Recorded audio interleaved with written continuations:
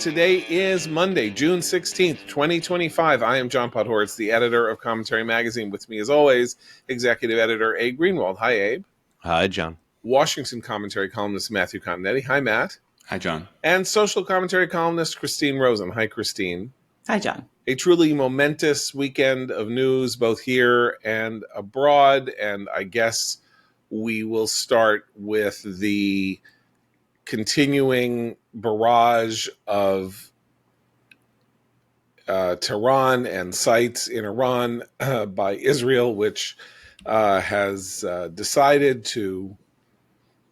this weekend to press the button on the mission that it has been planning for 2 decades and do whatever it can to take out not only the Iranian nuclear program, but Iran's offensive capabilities toward Israel altogether and its senior military leadership, possibly its senior political leadership, and who knows what happens to the malocracy, with the question that is going to be raised every minute from now until whatever happens to move us to the next phase of the Middle East, which is, will the United States either lend or come into the war or lend Israel the equipment that will make it possible to destroy the underground nuclear facility at Fordow, which is where the heart of the program is. Israel's already struck the facility at Natanz and various ancillary facilities where they convert uranium into uranium metal and all kinds of stuff you can go read about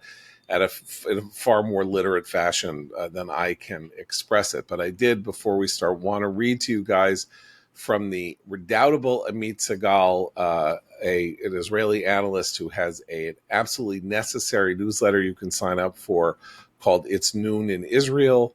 You may hear him on the Dan Senor Call Me Back podcast. Here is his summary of where we are as of this morning, Monday morning. Israel has attained full operational freedom over Iranian airspace. Just let that sink in. It is simply a mind-boggling achievement. Israel has destroyed 1/3 of Iran's missile launchers, the IDF spokesperson said this morning. This is crucial. No matter how many missiles Iran has, and it has thousands, if it can't launch them toward the Jewish state, the missiles are useless. Israel said today that it struck the command center of the Quds Force in Tehran, a special branch within the Islamic Revolutionary Guard Corps that operates outside of Iran's borders. For the first time in history, Israel is set to issue an evacuation warning for buildings in Tehran. Don't forget, this is the same tactic the IDF uses in Gaza and Lebanon, evacuating buildings that house military targets and then bombing them. Yesterday, the IDF struck an Iranian refueling airport at Mashhad Airport in eastern Iran, 1,400 miles from Israel's borders, marking the deepest strike in Iran since the war began and possibly the furthest ever carried out by the Israeli Air Force. We received confirmation that Israel killed the Quds Force head of intelligence and his deputy, both of whom were responsible for providing assistance to Hezbollah, Hamas, the Houthis, and militias in Iraq. So that is the litany of the military, some of the military successes just in the last 24 hours, because Amit does one every day. So he had discussed the other things that I didn't even mention, that if you were following the news this morning, you heard the strikes at Natanz, the strikes on all of these other ancillary nuclear facilities, and the like. It is possible that this is the single greatest military raid in world history. It certainly is in the top 10 so far. And Israel, of course, sustaining damage from Iranian missiles, incoming Iranian missiles, particularly last night, brutal, much heavier, much more destructive missiles. But 10% of the Iranian attack is making it through the defenses, which means that 90% of these missiles are ending up either destroyed or harmless.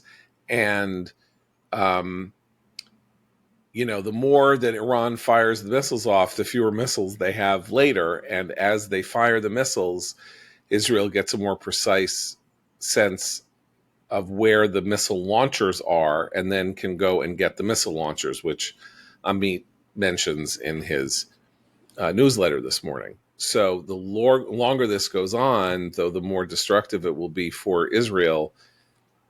the more precise Israel, the more Israel's ability to render impotent the Iranian counterstrikes becomes. Right. And Israel can also the Iranian launches are telegraphed pretty far in advance as far as Israel's concerned. So it gives Israelis enough time to sound the sirens, to get to the shelters, and so on. I think right now there are two questions. You alluded to the first, John. What will America do? And the second question is, what else does Israel have up its sleeve? The targets are very interesting. I mean, when you think about the stated goal of the attack of the operation is to end the Iranian nuclear program, most of the targets, it seems to me, are militarily related, right? The campaign has expended a great amount of effort destroying the Iranian air defense system so that basically Israel owns the skies over Iran.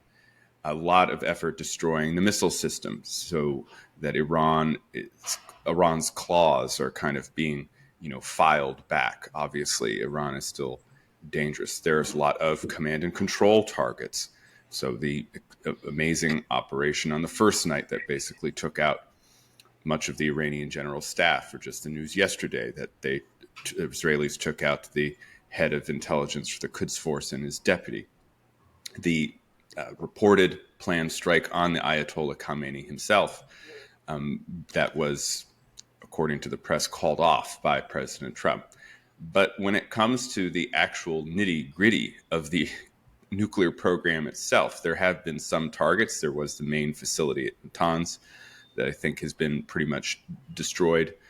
But Fordow still seems relatively untouched, and there are many other targets across the country related to the nuclear program. And I wonder whether we have yet to see what the IDF's plans for the actual nuclear program are, because so much effort is being expended on basically reducing the capacity of Iran to defend itself and to retaliate against Israel, while also, it seems, and Bibi Netanyahu, the Israeli prime minister, alluded to this yesterday, undermining the foundations of the revolutionary regime itself.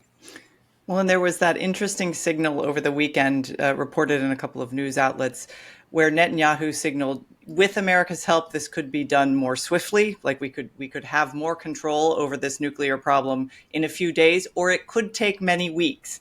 And I think that was an extremely clear message to Trump, who has been not exactly dithering, but is not yet, he said all the right things on the one hand, but on the other hand, if we're going to give them those weapons, or we're going to assist, as you say, John, in any way, that's going to have to happen sooner rather than later. And then he's going to face certainly some political blowback for that. So whether or not he's willing and able to do that, Netanyahu sent a pretty good signal to the president, who likes to talk about peace and deal making still with regard to Iran, that that's one way to perhaps get the regime to the table more quickly.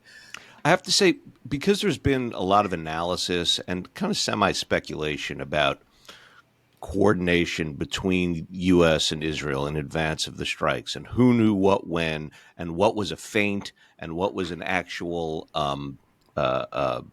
accurate statement of policy or intent. Now, when I hear these things, I'm thinking, all right, is this the case? Is this for a particular audience? Is this a feint? Is the is it good cop, bad cop? I'm wondering about what game, if there's a game, is going on with all these messages. So let's play Occam's razor, right? Occam's razor is try to figure out what the straight line explanation is for what's going on, and assume that that's probably closer to the truth than an incredibly complex, set of false flags and things like that. Israel set in motion in 2005 and 2006 the building blocks of this incredibly lengthy, incredibly determined, incredibly detailed effort to make sure that Iran would not get the bomb. These trucks that ended up having launchers on them were driven into Iran through Syria 19 years ago. They were pre-positioned almost a generation ago. That was the beginning of this effort. So we are talking about details, things, objects, intelligence assets, all of that have been cultivated and developed and hardened and all of that for how many presidents is that? How many presidencies? How many presidential terms is that? 2006. Okay, so that's one detail, which is that Israel has a fully operational plan here, and that plan is way more detailed, I think, as Matt indicates, than just these last couple of days. According to Amit Segal on Dan Singer's podcast, we're at stage 3 of a 10-stage plan. So there are 7 stages to go. And apparently, the planning was enhanced. First good thing I've heard about this was enhanced by AI, by which I mean that as they were doing the war planning, they were running 10 billion scenarios through simulations to see, if we do this, what about that? How do we eliminate this? The sequencing that happened. And again, I think I said this on our last podcast, but we were asking questions in the I guess Thursday night when we first started hearing about this. We started asking questions like, why are they hitting Tehran first? Well, apparently they were hitting Tehran first because the plan was, if you can silence the military leadership, you can delay the deployment of the ballistic missiles that were going to be fired at Israel, because nobody would be there to give the order to put the missiles on the launchers and send them out. That there was a day-long delay. Early scenarios in Israel indicated that they expected that there would be 500 to 4,000 casualties the first night if they went full bore at Iran, and Iran was able to go full bore back with a response, because their air systems would be overwhelmed. Iran would launch 1,000 missiles, and 150 would get through at least, and there would be terrible damage.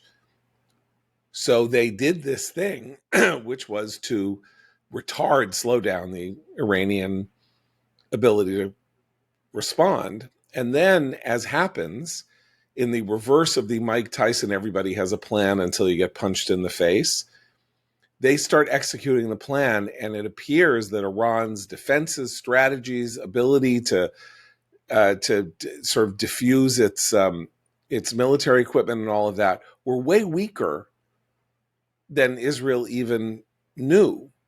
And so we had a preview of it 6 months ago. A year ago, right? It was April. No, what 16th. Israel struck in October, I think. Right, took but out the air defenses. Iran struck Israel in April for the first time. In April 2024, and it was a much less effective attack than Israel expected it was going to be. And I thought you meant about the actual Iranian air defenses, which is Israel. Yeah, so Israel took those out in October, so the Iranians first hit Israel for the first time in the history of the Middle East after the assassination of this Iranian leader in Beirut in, I guess, March of 2024. Mm-hmm. And then Iran went at Israel, and they knew it was coming, and the Biden administration participated in helping defend Israel and all of that. And Israel went, I think they're a little weaker than we thought they were. Well, they're not as good as we thought they were. And that began a boulder rolling down the hill, which is if they're this not especially competent, maybe there's a real opportunity here for us to go this alone. Yeah. I mean, remember, that was the time of our infamous Frappuccino debate, where you and I were arguing over whether Israel would retaliate. Sorry, the official term is the Great Frappuccino debate. Yes, that's how the historians will record it. So, last year and this year, I do think are very different. Last year, it was a tit for tat between Israel and Iran. You could tell that both sides were calibrating the initial response to that April unprecedented strike by Iran on Israel for the first time in the history of Israel, Iran attacking Israel directly. was relatively minimal, right? The Israelis unveiled that new kind of missile that could avoid detection, but that was about it. And then you had the larger retaliation in October, where Israel did, in the extraordinary operation, basically defang Iran's air defenses. This is different. This is a real war. And I think the big surprise of it is that the initial response by Iran was not what people anticipated. It was not the 1,000 missile barrage. It was certainly not a omnidirectional barrage from Iran, from the militias, from Hezbollah, from Hamas, and from Yemen. I mean, Hezbollah is the dog that's not barking. And I think in a remarkable fact that more people ought to be paying attention to. Hamas is, it seems to me, basically on its last legs right now. Yet the Houthis are still there. They're tough cookies, and certainly they're still there because the United States decided not to continue its bombing campaign. So they have fired 1 or 2 missiles, I think. More than that, but they've been disabled. None of them is hit. Right. But yeah, then you have Iran, where you have this remarkable fact where, like you say, John, the Iranians are in this position where when they launch the surface-to-surface missiles, the Israeli Air Force takes out the launchers almost immediately because they have dominance over the skies, and so their capacity to attack Israel is being lessened with every day. Now, it doesn't mean that it's not deadly, and there have been casualties in Israel. I think up to 20 now, as we're recording this podcast, fatalities, and it's terrible. And I do think this difference between Israel and Iran is so important. The difference that Israel's targets have been connected to either the military or the intelligence branches or to the nuclear program or to some political leadership. That's it. Whereas when Iran fires on Israel, it is indiscriminate, aimed at civilian populations. And that just shows you right there the differences between these two regimes.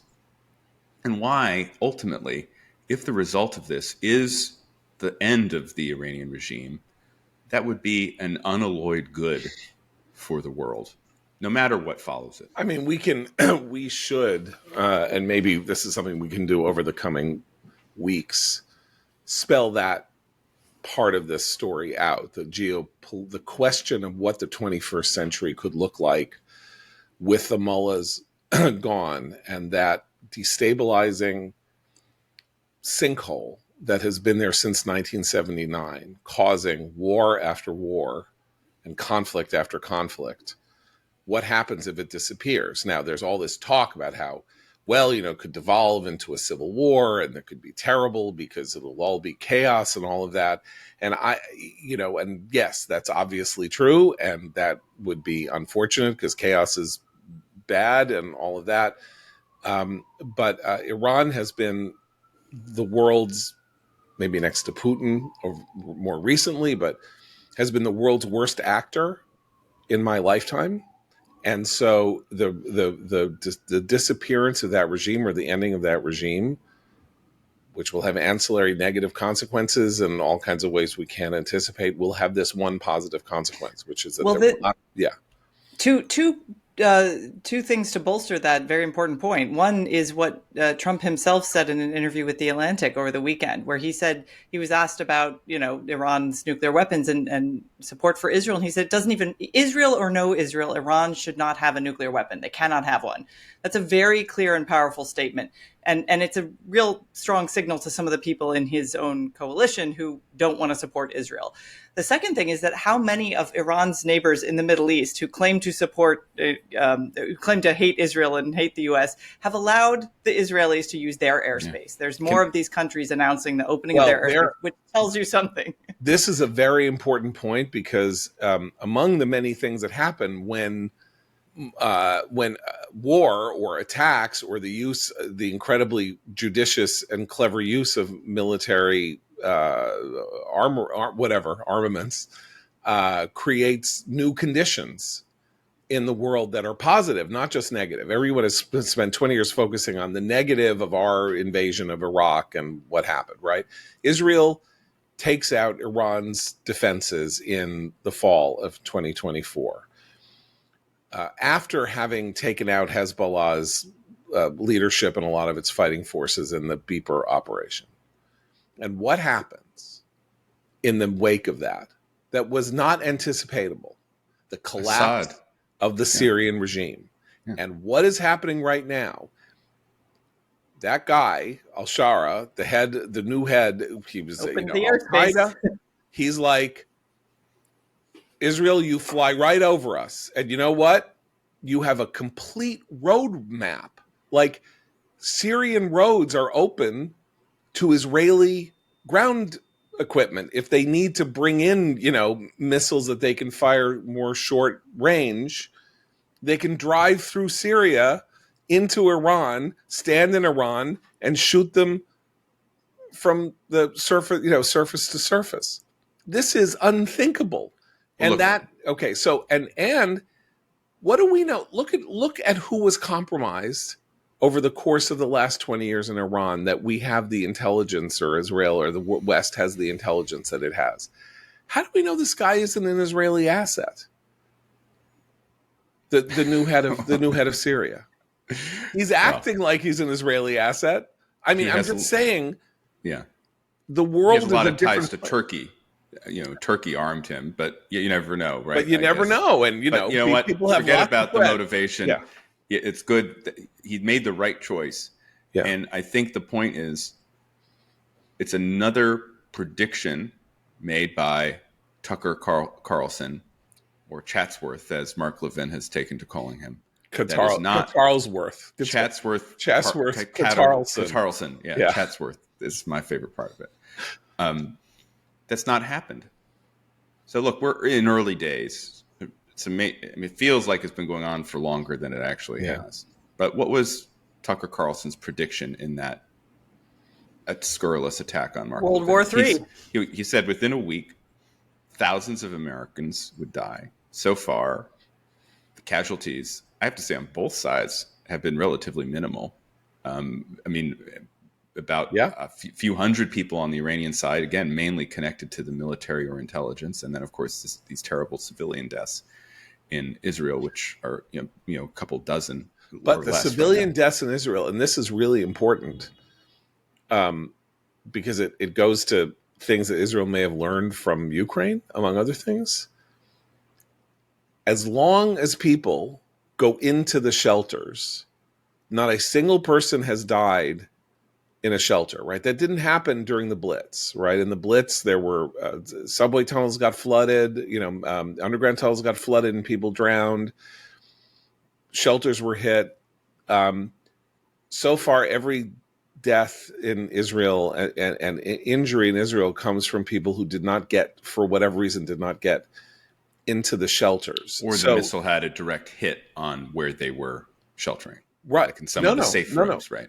Yeah, they're right. So I bring this up only to say that this is an air war. No one's going in on the ground anywhere as yet, though I don't imagine that there will be much in the way of infantry exchanges, and that's where things get horrendously brutal. And the fact that Israel's air defenses are so incredibly potent that they can take out 90% of the incoming. And we are resupplying as we speak. We saw there was indications last night of American aircraft flying off to Israel to resupply what is likely the air defense system. But there is an internal. Some reporting suggests there's an internal debate with Elbridge Colby and others at Defense about how quickly and how swiftly and how much to continue that resupply. Before we get to that, though, can I just finish the predictions that Tucker Carlson has made that are not coming true? And that is, so the first one is the thousands of deaths within the first week. The second one is $30 gasoline. Right now, the average price of gasoline, according to AAA, is $3.14 across the country. That's what I paid yesterday. And, it probably will go up a little bit. But I will also tell you right now, as I'm checking pre-market, oil is down from where it was on where it closed Friday. So it's at about $72 a barrel. So, and then as Christine mentioned, the prediction that soon Russia would come in on Iran's side, possibly North Korea, possibly China, according to Tucker Carlson's fantasy world. That's not happening. We do know that Putin called Trump on Saturday and asked him to help end the war, even kind of reiterated Putin's desire to mediate an end to the conflict. And the way that that readout that Trump posted on Truth Social was covered by the media, I thought was very revealing, because Trump wrote on Truth Social, Putin thinks the war should end, and so do I. And that was the way it was covered. But they left out the last clause of the sentence where Trump said, I also told Putin his war should end. And of course, Putin's war against Ukraine is not going to end because Putin doesn't want it to end. Just as this war between Israel and Iran is not going to end until Iran surrenders, until Iran says, okay, fine, we're going to give up our nuclear program. And that's not happening based on everything we can see from the senior Iranian leadership up to and including the Ayatollah. And this is why the question of resupply is so important.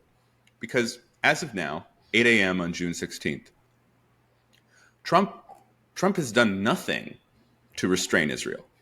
He has said on Sunday, yesterday again, he said, I'm ready to have a deal, just like I struck a deal between India and Pakistan, just like I struck a deal between Egypt and Ethiopia. Then he brought up a Serbian border dispute years ago that people had all forgotten about. So yeah, he's always in a position to have a deal, and he wants to strike a deal. But then, after posting that on Truth Social, on his way to the G7 in Canada, he stopped, and what did he say again? He goes, well, I'd like to have a deal, but sometimes just have to let them fight it out. They got to fight it out. They got to fight it out. They got to fight it out. And meanwhile, our destroyers are helping Israel shoot down the incoming projectiles. And there's this indication, as John said, that perhaps we're going to resupply the munitions. So right now, Trump he's walking this tightrope. He wants to support Israel. He believes what's happening is necessary because he continues to be against an Iranian nuclear bomb. But he also does not want America to become directly involved. And the fight, as Christine says, is over this question. This is why it's one of my two questions. What will the United States do? And before I relinquish the floor, I just want to say that I think of Nixon's comments of a pitiful, helpless giant years ago, describing the state of American foreign policy when he got it to office. If we're just sitting back and we're not going to assist in what would be a huge boon for non-proliferation, for counterterrorism, I know people in Washington these days don't like talking about this word, but I'm going to use it anyway, for freedom. It does say something about the political culture of the United States that we cannot take. It is a two-bomb project. We have the B-2s. We have the massive ordnance penetrators. 2 bombs. That's the end of Fordow. That's the end of the war. But this is something. Trump's problem here is this is sort of his Frankenstein's monster. This reluctance to get involved, right? Because he's the one who's been preaching not about Israel, but about America's involvement abroad and unnecessary involvement, and that's been sort of let out of the barn. And now he even responded to Tucker, through Truth or through the press. The Atlantic. Saying, "Look, I'm the one who decides what America first means." Yeah, true. And this, okay, but I want to. I just want to say I'm sorry. One point here. Yeah, please. When I first heard that Trump was saying, in the midst of all this, look, Iran, there's still a deal. There's still a deal to be had. I was saying, oh no, but then I was thinking about it. This is different from other deals because the deal to be had is would require Iran to give up enrichment. So it's not a deal that ends up in this dumb stalemate. It's a deal that would achieve Israel's end by another means. And America's. Yeah, and Right. America's, right. Well, Right. His entire foreign policy language is mediated through deal making business language, but it's still a foreign policy. I mean, we might prefer to use the old term. we made a deal at Appomattox. Well, that's the thing. Like, no, but you I mean, interpret I'm everything not, through I'm deal not making. joking. I'm not joking. Yeah. Like, deals come at the end of wars that are won also, I mean, and some of them aren't good, or we literally spent 100 years arguing over whether the Treaty of Versailles was the cause of World War II or not. But deals take place in all kinds of circumstances, not just ambiguous circumstances about who's in the upper hand and can sit around. But the weakness of the deal-making framework is that it doesn't take on board these, like what Matt said about freedom, about existential risk, about purpose and meaning of a nation and what it stands for. So I want to go back to the Occam's razor thing that I did at the beginning, because I lost myself in some other, blatherskite. Here's the thing. According to all sources, the plan that Israel had to strike Iran, this plan was ready to go around April 14th. And that was when we started getting the leaks in the New York Times about Israel's war plan. And that day, or the day after, Trump and Netanyahu had a conversation, and Trump said, I'm writing to the Ayatollah to see if we can make a deal. And Bibi said, you're the president, do what you have to do. And Trump said, but I'm going to give him 2 months. I'm going to give him 2 months, and then we'll see what happens. And on day 61, Israel struck. So the Occam's razor says Israel strikes in October of 2024. It sees the weaknesses. It has all these prepositioned assets. It has been making these plans for 20 years. Bibi says to his, Shin, everybody, the people who are involved in these planning, we're going to go ahead. Let us set the table so that when we press the button, we go. And they're ready to go, and he stopped because Trump said, stop, I'm going to negotiate with Iran. And Trump, I believe, is the one who put the 2 month. It's not that Bibi said, okay, I'm only giving you 2 months and then I'm going. No, yeah, Trump did it in the letter, and he said, I'm 6 days of negotiations. So Trump did not green light or not green light or whatever. This is a fundamental misunderstanding. Israel said, we're ready to go. Trump said, I'm going to take 2 months to see if I can get Iran to give up its enrichment. And Bibi said, you're a great man, do whatever. And then day 60 came and went. And all that talk was going on the week before day 60 about how the Iranians were being more and more recalcitrant, because probably at the table, Witkoff was saying, hey, Israel's ready to go, make a deal, you idiots.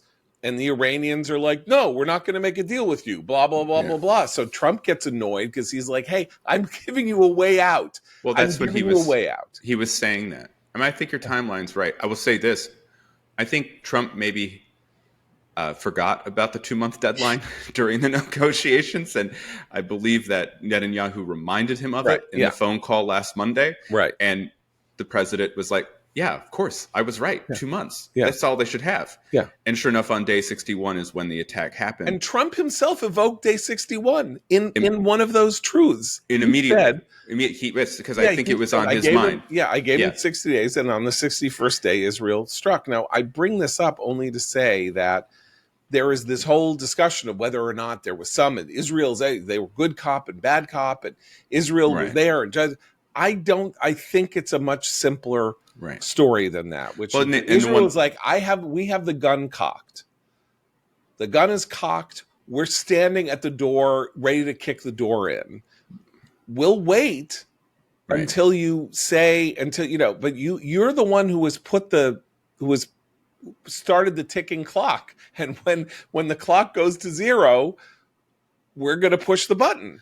I mean, I do think in a Mission Impossible movie. The one thing left out of the story is this intelligence that Iran was accelerating its weaponization. Right. And we got hints of that in the week running up to the attack as Which well. also suggests that the 60-day deadline meant something entirely different to Iran from what it meant to Trump, which is that Trump was like, I'm giving them 60 days until Israel attacks. And they're like, okay, it is time. Rush. We got to rush. We got to do that. People have been talking for 20 years about how long it would take them to break out.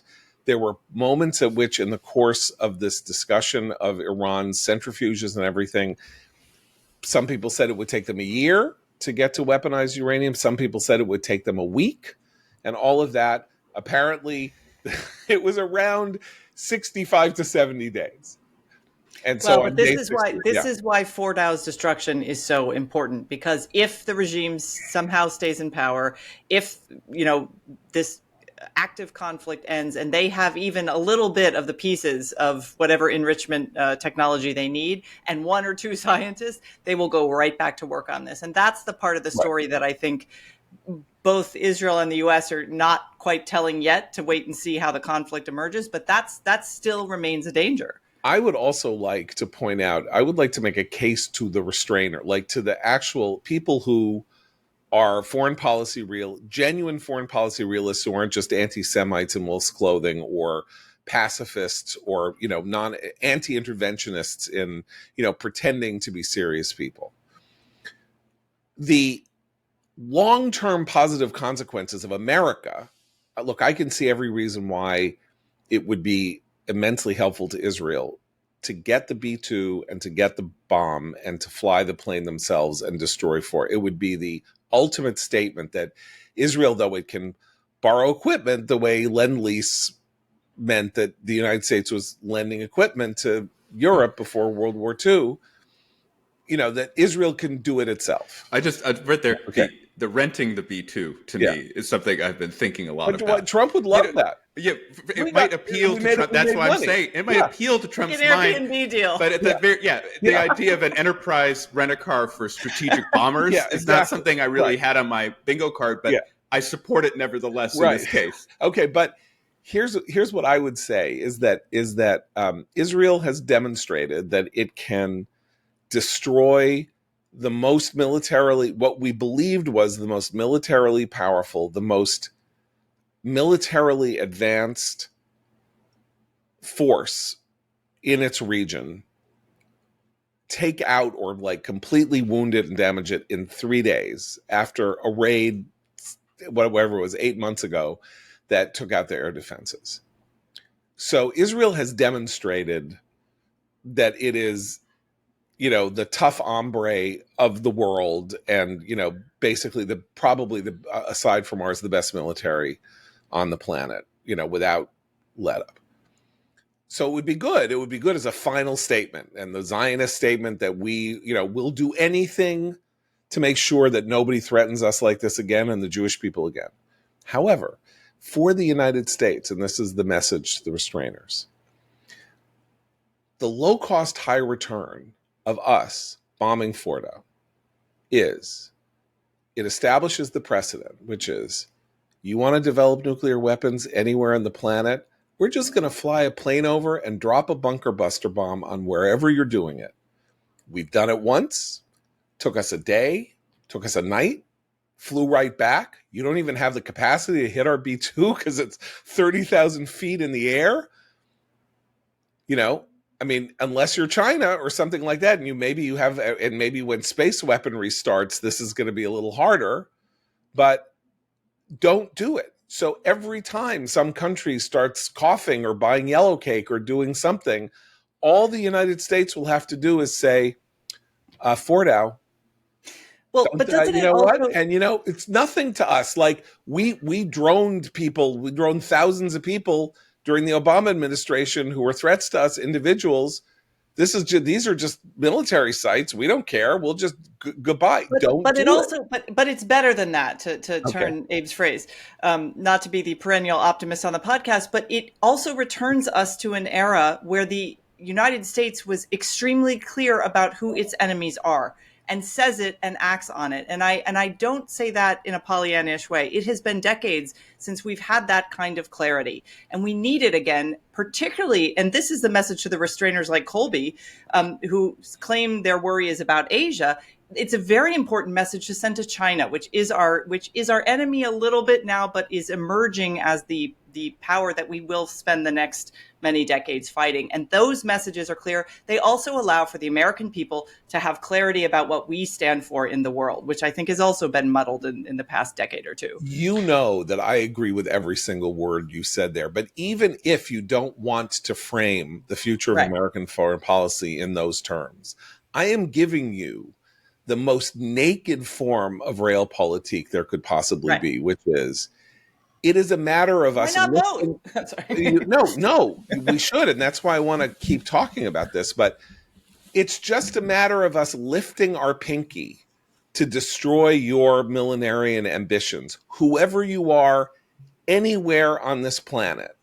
One plane flight, we resupply in the air, we drop 2 bombs, we go home, and our pilots have breakfast with their families. So when we raise our eyebrow at you, you stand down. That is not ideological. That is not, we're doing this for freedom. If you don't like those messages because you think they commit us to a far too long course, I understand that. There's another practical benefit here too. You sometimes hear the restrainers at their most cynical say things like, even a nuclear Iran is not a direct threat to the U.S. First of all, it's not true, but let's pretend it is. It is a threat to the U.S. in the following way, in that Iran with a nuke can now blackmail us in terms of its behavior. It can block the Straits of Hormuz without us being able to do anything about it. It can mess around with China without us being able to do anything about it. It will have us over a barrel once it has that bomb, as we see with Putin, once it has that bomb. So the idea that it's not in our interest to prevent Iran from attaining this weapon is just preposterous, even if you take out the millenarial aspect of it. I floated the Enterprise Rena bomber option, but it just occurs to me that we don't even need to take credit for it. We could just do it. And all of a sudden, Fordow's there at one moment, and then Fordow's not there the next. And of course, everyone will know who did it. But Trump has always said that he does, he likes the element of surprise. Just make it a demonstration. I think if there is the concern within the administration in the restraint corner, which is large, it's like 2.5 corners actually in this administration. The concern is it's not just a 2-bomb project. It's, if we enter the war, then we are going to enter it for real, and it will end with the end of the malocracy. But if you take my skinny plan option now, you just take out Fordow, you let Israel handle the rest. You don't have to claim credit. The whole world will know, and we'll see what happens on the ground. We have these extraordinary images now verified by the New York Times, as it said self-importantly in its site this morning, of the incredible traffic jams of people leaving Tehran. And another dog that's not barking is the Iranian people themselves, who I've seen all these photos of Iranians just kind of sitting back and watching. They're of course pro-regime demonstrations that the regime helps organize, and there are, I'm not going to sugarcoat it, there are true believers in this regime, and Iran is a large country. Remember, Ahmadinejad, his base was not in the cities, not in the places we talk about. His base was in the rural areas, right? So it's a big country. It's a big deal. But I have been noticing, though, that many Iranians are just like, okay, let's ride this out. Let's see what happens. And the further it goes on, I think the more internal pressure on the regime will increase as well. Right. But, even to say that part of the argument that America is going to get over-involved in the war is an argument that is not being made by people who are supporters of the war. This is very important because I'm saying Right. Fordow and nothing else. Right. It's Tucker who's saying, yes, everybody, then we're going to, and then we have to do regime change. And then that's we're going to be doing nation they are building. fixed Right. like a bayonet on Iraq. Right. They see everything through the prism of Iraq. Right. Iraq was 20 years ago. Right.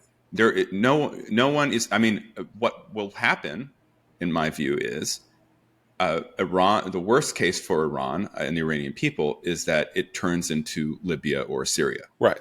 But in neither case did America become involved. We did become involved in Syria, I will acknowledge, but that was simply to destroy ISIS and to prevent ISIS from creating the caliphate, the second caliphate. But I'm now going to declare on behalf of the neoconservative remnant, and I'm going to say this very plainly, I don't give a shit what happens in Iran after the mullahs fall. There goes our PG rating. Look, the Iranian people, we hear they love they like America, they hate their regime and all of that, and they want democracy, and and the young people and all of that, and mazel tov to them, and they should go off and make a great country if they do. I don't care. And I'm speaking now for the warmongers. Leave it in rubble. Let them do whatever they want with it. This was a different story in both Iraq and Afghanistan, in part because we were dealing with a different set of foreign policy ideas about civilizational responsibility. And coming off the 90s, right? Right. And all of that. And so the idea was, you break it, you can't just go there, to destroy Al-Qaeda and leave. You broke it, you buy it, right? Colin Powell's doctrine at Iraq, which is like, you know what? Well, that was the one thing. And look, I was a believer in that experiment. I'm not going to say otherwise, but that was an arguable proposition. In fact, the Bush administration did not want a nation build in Iraq. After Saddam fell, the idea was they were gonna have a Loya Jirga. They were gonna have a bunch of tribes get together, and this guy was gonna come from abroad, Ahmed Chalabi, and we would empower him, and he would rebuild the country, and we would give him logistical support. But we were not going to stay there and build a nation and make it have elections and all of that. We were going to do a handoff, and it turned out that wasn't going to work. Simple. Wasn't so simple, and there were complicated reasons why it wasn't so simple. But this idea that the purpose of our future is nation building is a weird amalgam of, I would say, Clintonite foreign policy. When Clinton became a hawk on foreign policy, his way of softening the blow to his post-Vietnam Democratic Party was to say, don't worry, I'm a hawk. We're going to spend 48 days bombing Bosnia in order to, do whatever. But we're going to be so nice afterwards.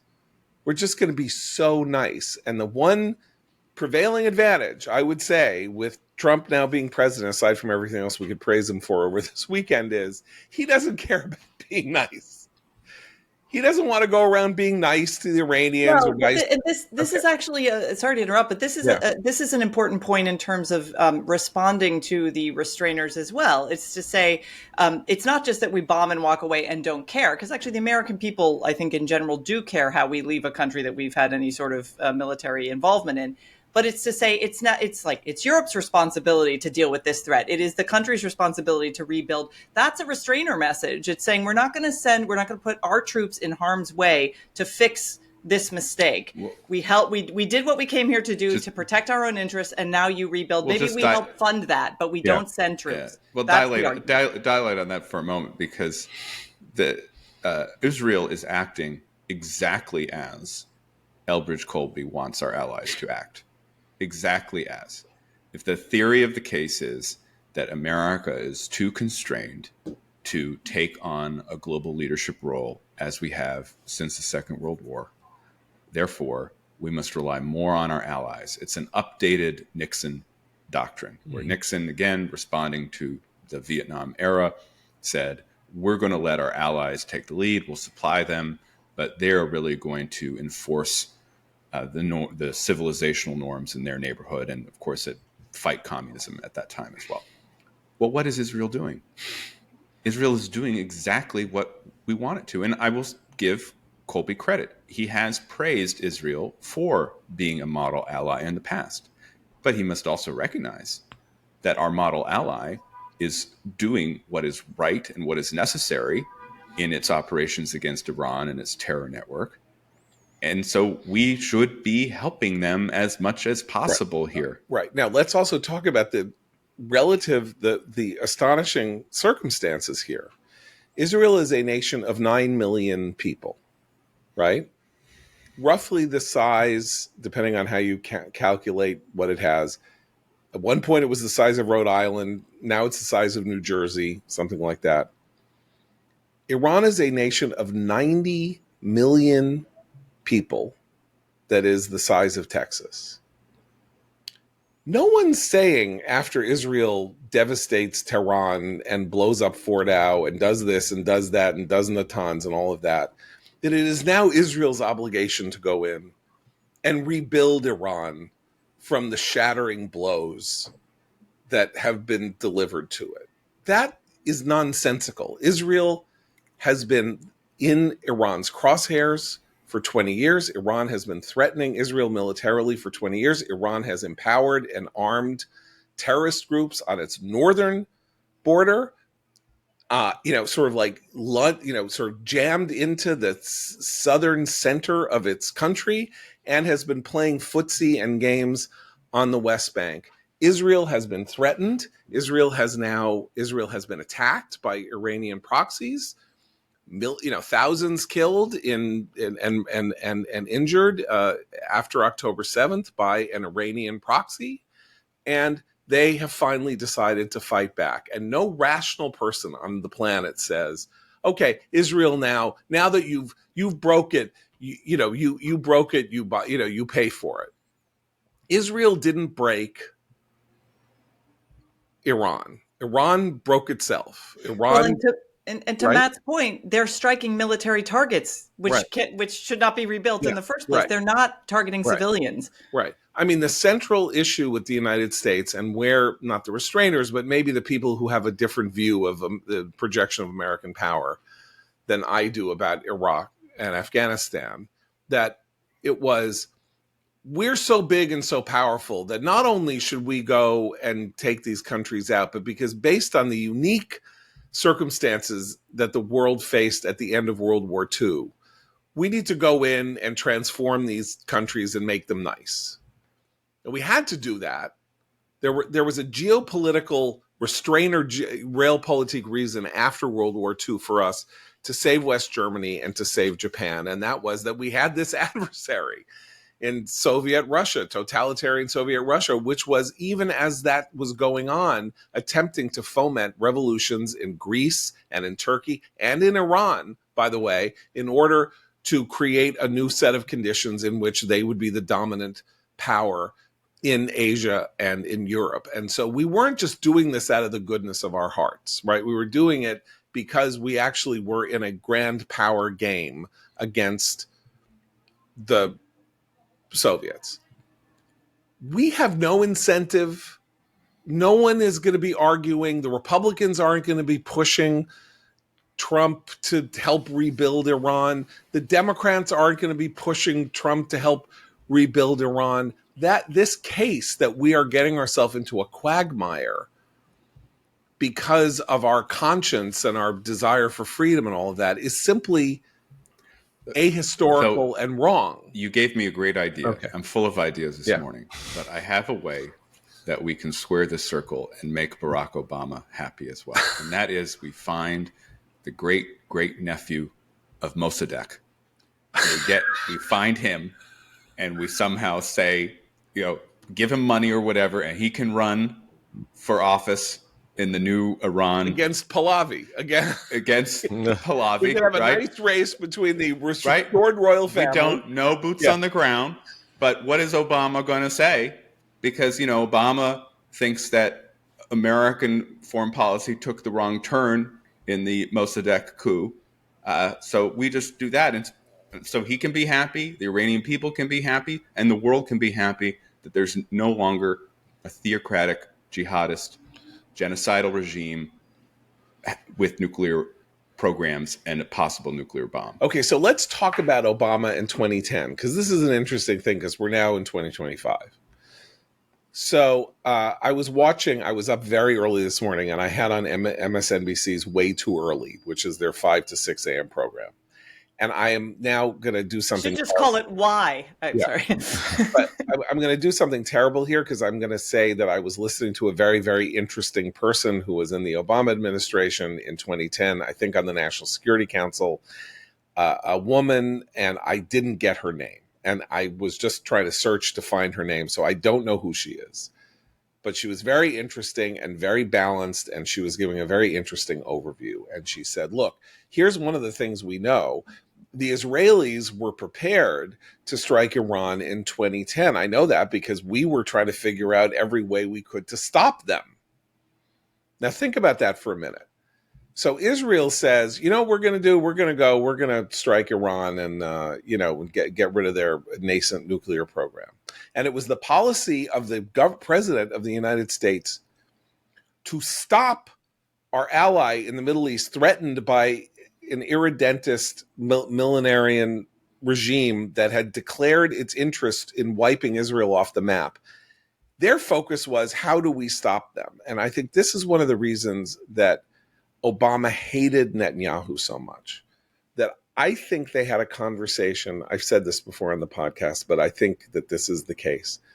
That Bibi said frankly to Obama, I may have to go and hit the Iranian nuclear program. It's my life. We never again. We have to do this. This is my mission. We have to do this. Here's the problem. I don't know if I can succeed. I could really fail.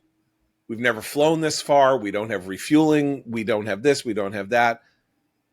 I could flail and make a huge mistake. We've made some mistakes in the last 4 or 5, like we didn't see the Lebanon war coming. Let's face it, we're not perfect.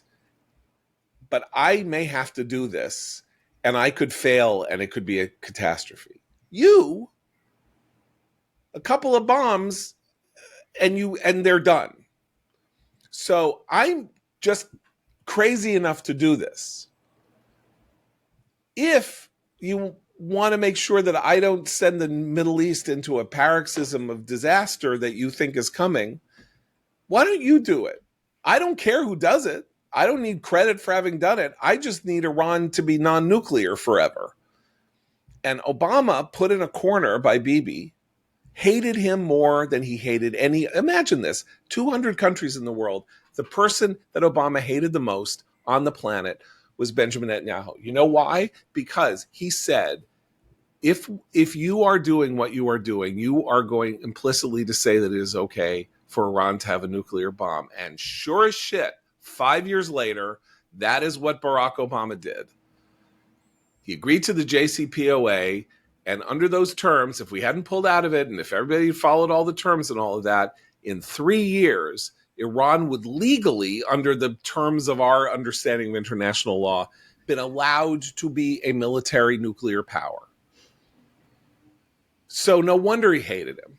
Now, I just think that this is, so the Mossadegh example is very interesting. Matt on Friday said this mission by Israel puts the final stake into the heart of the Obama vision of the world that we have now spent 15 years trying to cope with, including at the border and everywhere else. The citizen of the world, America is just a player in the world and all of that.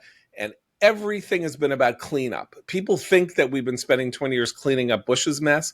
We have been spending the last decade or more, since 2010, you could say the Tea Party election of 2010 was the beginning, cleaning up Barack Obama's mess and Joe Biden's mess, if you think Biden was the sort of skipped third term of Obama. The auto pens mess. The auto pens mess. Anyway, I just think we find ourselves in an interesting position here in which the history of the 21st century is being rewritten.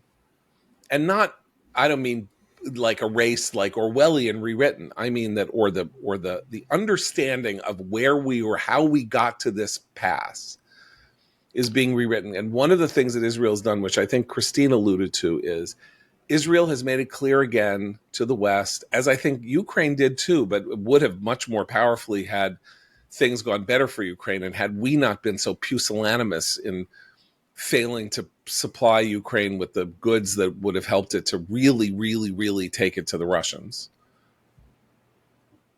That military power applied by a force for order rather than disorder, and for the good working order of the planet rather than for naked self-interest and the advancement of tyrannical policies and tyrannical goals, is a real net positive thing and can be a real net positive thing. And that, more than anything, could be world altering.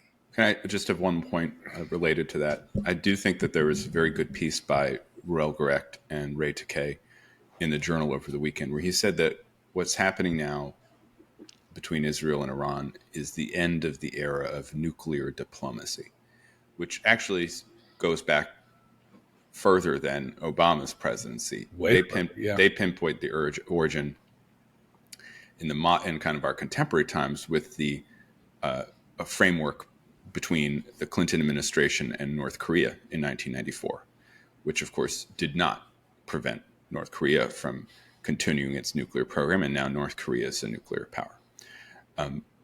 The Iranian diplomacy that Obama launched with his negotiations seems to have completely failed with what we know now in stopping Iran from its weaponization. And as we were saying earlier, Iran seemed to be accelerating its weaponization program in the run-up to the Israeli strike. There's only one way to stop these regimes from obtaining WMD, and that is through force. And Israel did it in Osirak. Israel did it in Syria. America did it in Iraq. No matter what you think about the Iraq War, the following statement is true. Saddam Hussein will never have a nuclear weapon. And as a result of the Iraq War, Muammar Gaddafi voluntarily gave up his nuclear weapons program. But that wasn't through diplomacy. That was because Gaddafi was scared and decided, you know what, it's not worth the trouble. And if this succeeds in Iran, it may take a long time, depending on what America does.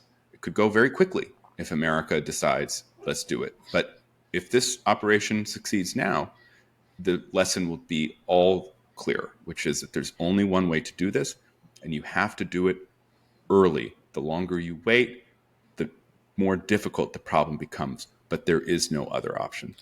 Okay, so we're going long, but we need to talk about the other domestic events over the weekend. Obviously, the most important being the assassination or attempted assassination and attempted assassination of two Minnesota Democratic lawmakers by a man posing as a law enforcement officer, captured, I think, overnight. Vince Bueller? His name can't really be Bueller, can it? I can't. Anyway, some variant of that. Right. Okay. So, in our diseased present day culture, of course, instantly upon learning about this, there were efforts, preliminary efforts to claim him or negatively claim him for the other bad side, right? Like instantly it was, you see, he was on a panel, he was on a board appointed by Tim Walz, a board. So that means he's a Democrat and he's Antifa.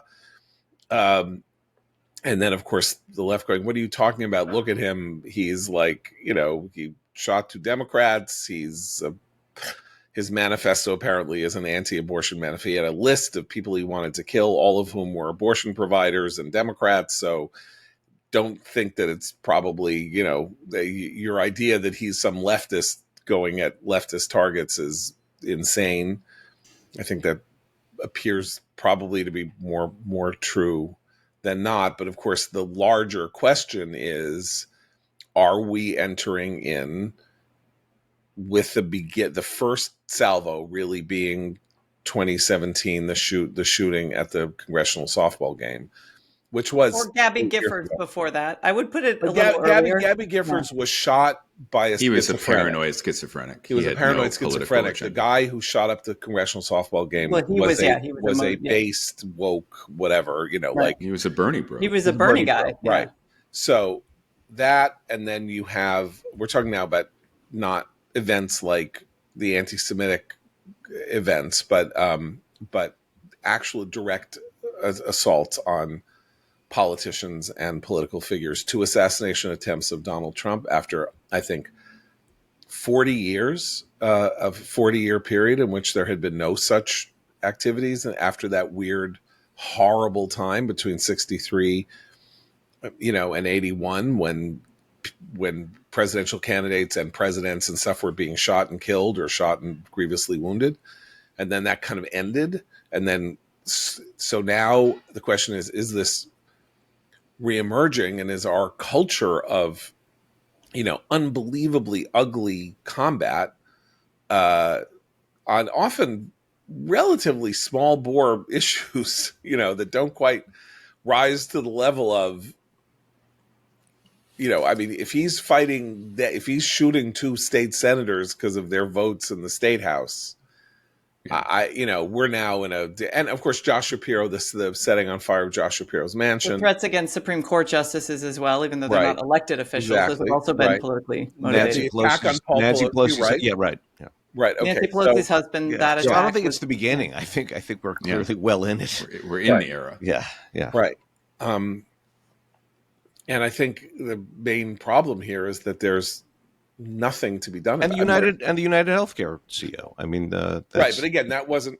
Yeah, they're all an ideological project, more than a political partisan one. But it's all of a piece. Right. This is we live in an era of political violence. The assassinations are back. Efforts to kill people who have views that you don't like, to make a statement. Again, not to pull it. I mean, I grew up in that era. You guys are maybe a little too young to have. I mean, it was like a fact of life that every year or two, and then, 2 people took shots at Gerald Ford 18 days apart. George Wallace was crippled during the 72 campaign. Obviously, RFK was assassinated in the first act of Palestinian terrorism outside of the Middle East by Sirhan, a Palestinian activist who opposed his support for Israel, and on and on and on and on. So the thing is, as I look at this, I just don't understand how there is any law enforcement means to interdict this or stop it. And, it's like, what we need to do is have a national consensus where we just stop doing these things. But every impulse, every indication, the spirit of social media, the way people communicate now, just like inclines people to a greater degree of emotional violence or rhetorical violence. There's a lot of mental illness in our country. Well, that too, yeah. And there's a lot of weapons in our country. And we don't know the full facts of this guy. The more you learn about his life, the more mysterious it becomes. He had some kind of security company. It's not clear whether he had any clients yet, but the security company advertised his police-like vehicles. He impersonated a police officer when he committed the assassinations. But he was also a minister of some sort with ties to the Democratic Republic of Congo. You can watch a sermon. You can watch him deliver a sermon on YouTube. He's speaking, and there is a woman translating what he says into French so that the audience can hear it. An evangelical speech about letting Jesus into his heart when he was 17. He had 2 residences, one with his spouse, but then was renting a home with a friend in Minneapolis, I believe. Yeah. It's all just very odd, quite frankly. But I agree with Abe. I mean, we're in this era, and this happens, and we can segue briefly to the other topic, because this happens like every day now, and whether it's murder, or it can also just be lawlessness. And so, during the No Kings protests over the weekend, in Portland, once again, it descended into lawlessness. And in Los Angeles, once again, there were worries that protest was going to spin out of control. And someone was shot in Utah at one of the protests. And someone was shot at the rally in Utah. And then apparently someone drove a vehicle into a crowd in Culpeper, Virginia. So this phenomenon is, if anything, intensifying, right? And that's why I think our political elites sent the right message, bipartisan, as soon as the event happened in Minnesota over the weekend. Republicans and Democrats said, "This is awful. This cannot happen. We cannot do this. This is Tim Walz, the governor, and it's President Trump saying it. That's all they can do, along with the ruthless application of the rule of law."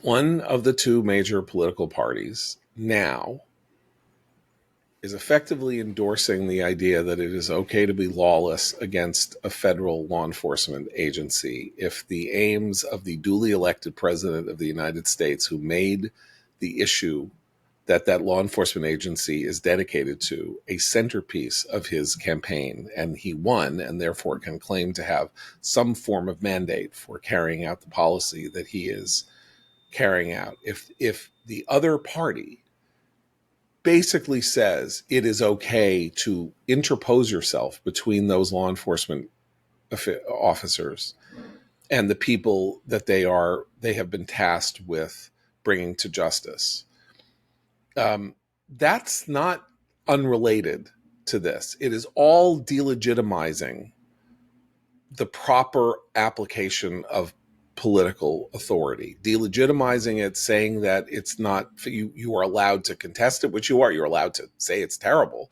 but you are not allowed to get in the middle of it and stop it and act like you're a hero because you're doing that. And that combined, so if that becomes a legitimate form of protest, as opposed to what we were all told from the 60s onward was, passive resistance was the way to go because you were not stopping anybody from their jobs. You were expressing yourself simply by your presence.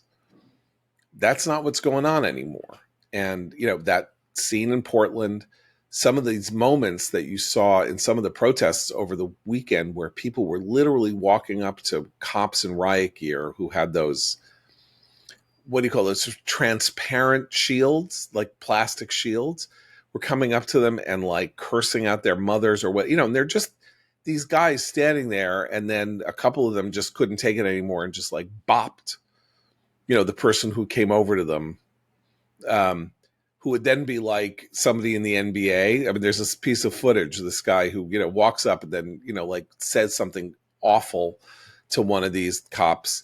The cop hits him a little bit with the shield, and then the guy does a 200, like in Peanuts, like does a head over head somersault on the ground, as again like an FBI, like an NBA guy trying to draw a foul or make sure that the official gives them the foul so he can go to the free throw line. I mean, that's funny, but it's not funny at all. But I just want to say, John, they're not just brutalize them. It's not just that they're yelling nasty things at them. They're getting too close. I mean, you can only get so close to an officer who's there to keep the and this is the irony that a lot of these people are protesting what they think is the Trump administration's trampling of constitutional rights of illegal aliens. Read the First Amendment language. You have a right to peaceably assemble. Peaceably was put in there for a reason. That means there are still restrictions on what you are and are not allowed to do to protest anything that the government is trying to impose. And that's where it drives me crazy. We talked about this during the George Floyd summer as well. You have every right to be as loud and proud about your views as you want to in this country. It's our great strength. You are not allowed to attack law enforcement. They seem to think that, like riot cops are like the Buckingham Palace police, like where, you can get next to them and make fun and make them smile. Right. Yeah.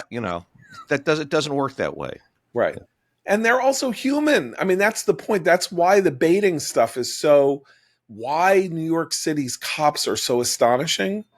The level of training that New York City cops get, because for a year and a half up at Columbia and stuff like that, those protesters, all they wanted was for a cop to take out a stick and hit them over the head. Like that, the goal of the encampment protests and those protesters was to get the cops to start swinging the batons. And here in New York, the training is astonishing, and they remained calm. They were a lot less calm in some other places, though I think there were no real acts of violence. But, at Emory University, they did that thing where they lifted that professor up who was screaming she and carried her off. The cop over the head with a bottle, right? And then they carried her away.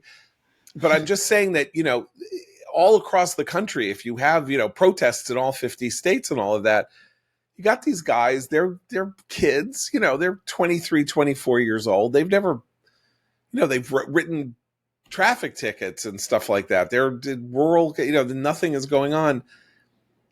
It's a powder. That's the powder keg stuff, is whether you get somebody to completely lose his cool in a really heightened circumstance, which is exactly what the protesters want. And all of this is about delegitimizing the regime in some fashion or other, which is all what anarcho-syndicalism, leftism is about. Like, let's make the regime show the world that it's evil. And of course, then you get all the celebrations of this ridiculous No Kings rally, which, congratulations, it worked. The organizers there are say, no kings. We still don't have a king. Thank you so much. I really didn't know you were going to pull it off. The organizers say it was the largest protest in American history with 5 million people nationwide. And I'm sorry, I just don't believe it. I don't believe it, because I believed the 3.5 million from the Women's March. You felt the Women's March. Wherever you were in this country, you felt the Women's March. I mean, there were large crowds, mainly in blue strongholds, right? In the cities that constitute what Christopher Caldwell has called the liberal archipelago. But I cannot see those crowds mounting to 1 million people, much less 5 million. And there were smaller protests. I mentioned Culpeper, Virginia. It's a small town that's, over an hour from Washington, D.C. in Virginia. But those protests were typically like 30 people max, in the small towns. They're wealthy D.C. types who have vacation homes, weekend homes. The spin was, it's the first 50-state protest. Right. Never before has there been a 50-state protest, which is like, congratulations. Tell me. Hands Across America wants a word. Hold on. You mean you need 100,000 people per state to get to 5 million? And I just don't. That's not what I saw. I saw a lot of boomers, who are hate Trump, and the messaging was all over the place. It wasn't just we don't want a king. It was like keep Medicaid going, or abolish ICE, right? So it was what we know. We know that at least 50% of the country hates Donald Trump, hates MAGA, and wants to see its values imposed on the nation, rather than Trump's call to a more traditional understanding of what it means to be America. And they all came out on Saturday. Also, here's what I want to know finally. Were they registering new voters? Were they creating a system of unclear rallying points? No, but I mean, the Women's March began a political process that helped Democrats win 40 seats in 2018, without question, and ignited an opposition and had a practical political effect over time. But this is actually where the what we've slipped into these performative political acts. That is a very thin line that many people find easy to cross over into violent action. I think there's that fear. Because they're not doing anything. The purpose is the protest itself. Right. I think they need to up their poster game. I mean, I know they were lame. It was lame. It was like literally Obama poster era. board or you can buy a banner cardboard maker on with Amazon markers. now. All the crafters Some people have were writing little messages on 8.5 by 11 sheets of white paper. I mean, what happened to the era of printed tees? It used to be every time the Democrats and the progressives had a cause, almost within 12 hours, they'd have these nice graphic tees that all say the same thing or display the face of the hero. Or they'd have the SCIU graphic placards. I looked at the No King. It was very DIY. you know? I know, by the way, and even DIY, like, if a family goes to Disney World, they make up a shirt so that everybody can spot everybody else. Those It's shirts like, are the impressive. Continetti Yeah. family Yeah. 2025. For And the record, we don't wear the they get a shirts Mickey. at Disney Okay, World. you don't. Yeah, But we did we don't. once. But I've seen Anyway, them. you Yeah. got a You could Mickey. totally auction one of those at our next roast, though, if you did make them. I don't know where they are, but yeah, we did anyway. But it's like, there's a Mickey, and then put Goofy on it or something, like, and you do it through Etsy or you do it through one of those sites, and it Right. takes 2 days. Like, Right. yeah, show a little, cleverness and design. It was long in the making. You had plenty of time, but it was a look. There are a lot of people that disagree with the direction of the country. They let themselves be heard, and as you guys said, we still don't have a king, and life goes on. Oh, and guess what? Just finally, Trump's military parade happened, and we woke up the next day, and it's the America we know. And in fact, most people who watched the parade really liked it as a celebration of the United States military on its 250th birthday. And it was very hard to watch the parade. You live in You DC. had a hard time watching the parade. It was almost impossible to find footage of the parade. Even Fox, which dedicated the evening to the parade, most of the time that was spent on on packages that they did celebrating the military's 250-year history, rather than it weirdly wasn't designed for broadcast television, which is ironic because it was Trump usually is better at that. Yeah. There weren't that many television-worthy moments, and the weather was very bad for I think a lot of local turnout or even near local turnout didn't happen because of the weather. It was. I mean, it is what it is. It wasn't dramatic. Either negatively or positively, I think. Yeah. So what can you do? The military is 250 years old. The Army. It's the Army. Army. I want to say there was a point. One thing I learned that I did not know is that when the U.S. Army began, obviously in 1775, for the first couple of weeks, there was one member of the U.S. Army, and that was George Washington. One. There was a single member, because everything else was state militias and all that. So pretty good patient zero for our military. That was the best army we ever had. Made it all worth it. The best army we ever had. And of course, I do, just thinking today, just to end on a slightly higher note, thinking today about the United States and Israel and Trump and everything and where we are, and a story in Jewish Insider, which was an interview with various Biden and Harris officials over what they think is going on in Israel. For anybody who believes in the survival of the Jewish people and the state of Israel, the blessing that was delivered to this country by the denial of a term in the White House for Kamala Harris and her team, who would have done everything possible, just like Barack Obama in 2010, to make it impossible for Israel to do what it is doing right now, which is, as I said in our blog post on Friday, the vindication of Zionism. That is that Jews need to take control of their own future and prevent their own destruction.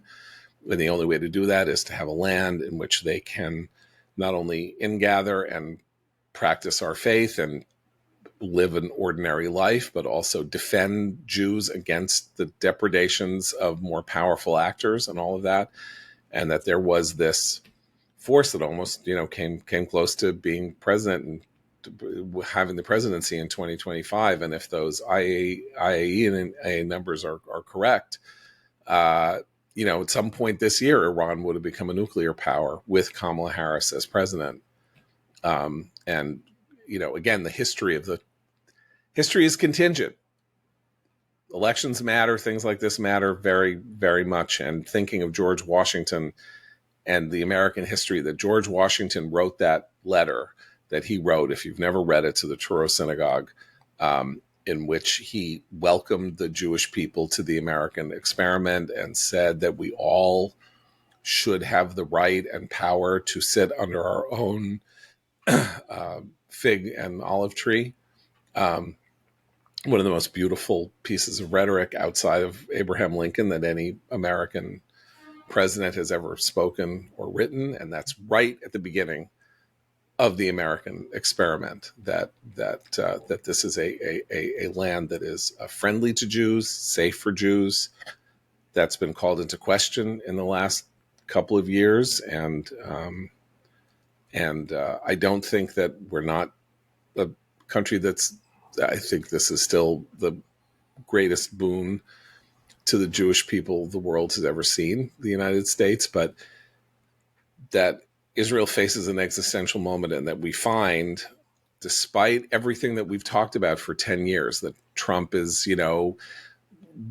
using slogans like America First that have a terrible provenance in terms of the safety of Jews, or that he, has dinner with Nick Fuentes, or that he, plays footsie with Kanye West, or however, that when push comes to shove and when things really matter, he represents the America that believes that Israel not only has a right to exist, but is our friend, our ally, the only democratic country in the Middle East, and a country that more than any other on this planet resembles America. And if you love America as we do, kind of love Israel, because we love America for the notions, for the ideas of freedom and the God-given rights of every individual that precede government and precede society and precede everything else. And that is Israel's message as well. And so here we are, effectively, whether or not we are active or not, effectively in this fight with Israel at one of its key moments in its almost 80-year history. So it is a blessing to be an American today. And for Matt and Christine and Abe, I'm John Podhoretz. Keep the candle burning.